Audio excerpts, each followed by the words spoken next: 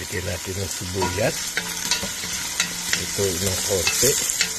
Sarap tamburo na to kasi mabango, hindi mabaho. Yan o. Dungay na yan. Wala kang maamoy. Kaya baka pagka mabanto tamburon dalag, hindi marunong ang gumawa. Tayo medyo marunong. Tapos lalagyan na natin ng sandamakmak na kamatis.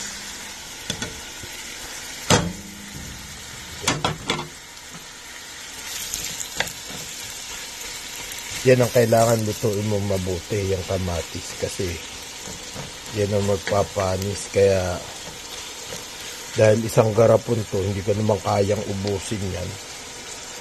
Lalagyan natin sa ziplock, tas ipipreser. Unti-unti lang ang labas.